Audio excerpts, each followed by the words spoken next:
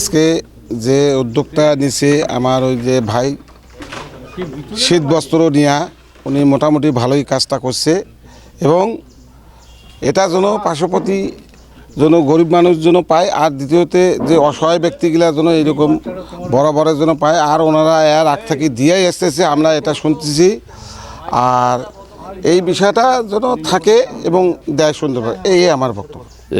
Nations কেয়ারের মাধ্যমে আমার ভাস্তা ডাক্তার সৌরভ এবং ওর বন্ধুবান্ধব যারা যে কাজটা করতেছে এটা অত্যন্ত একটা সেবামূলক কাজ, পাশাপাশি হলো যে ধর্মীয় দৃষ্টিকোণ থেকে এটা আল্লাহ পাকের কাছে অত্যন্ত পছন্দনীয় একটা কাজ, যে মানুষের পাশে দাঁড়াবে, এটা হলো মানুষের প্রধান কাজ হওয়া উচিত।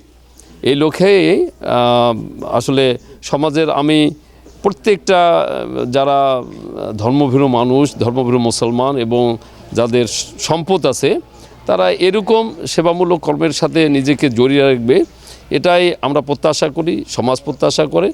এবং আমাদের সৃষ্টির লক্ষ্যটাই এরকম যে আল্লাহ পাক মানুষ সৃষ্টি করেছে যে একজন মানুষ আরেকজন মানুষের পাশে দাঁড়ানোর লক্ষ্যেই।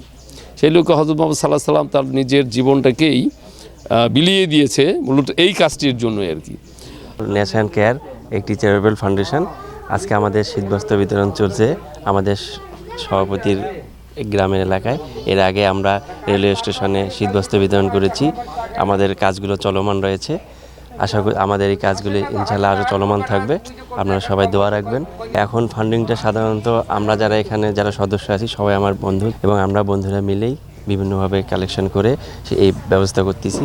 ইনশাআল্লাহ আমরা আগামীতে বাড়াবো এবং যারা আমাদের এখানে সাহায্য সহযোগিতা করতে চায়, গরিব মানুষের পাশে দাঁড়াতে চায়, তারা অবশ্যই আমাদের সাথে কন্ট্রিবিউট করতে পারে।